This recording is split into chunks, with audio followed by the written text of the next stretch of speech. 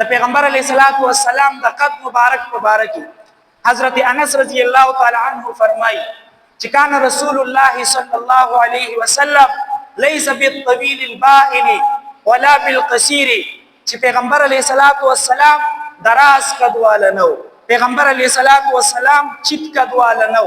کان ربعه من القوم، پیغمبر علیه الصلاۃ والسلام درمیانه قدوالو، پیغمبر علیه الصلاۃ والسلام نه ډیر اوچت قدوالو نه ډیر چت قدوالو، بلکې پیغمبر علیه السلام درمیانه قدوالو، او په درمیانه قدوالی کې دنګوالی طرف ته پیغمبر علیه الصلاۃ والسلام مایلو. او بیا د پیغمبر علیه الصلاۃ والسلام دا معجزه وا چې کله په یو مجلس کې با پیغمبر علیه السلام ودرېدلو، بیا به چې څومره د دنګ نه دنګ کس د پیغمبر علیه السلام سره ودرېدلو، پیغمبر علیه الصلاۃ والسلام به د هغه نه دنګ ښکارېدلو. خدا د پیغمبر علیه السلام معجزه وا. دا د دې دپاره چې څرنګه معنوي کمالات الله رب العزت پیغمبر علیه السلام ته ورکړي وو، نو دغه شان ظاهري کمالات الله رب العزت پیغمبر علیه السلام ته ورکړي.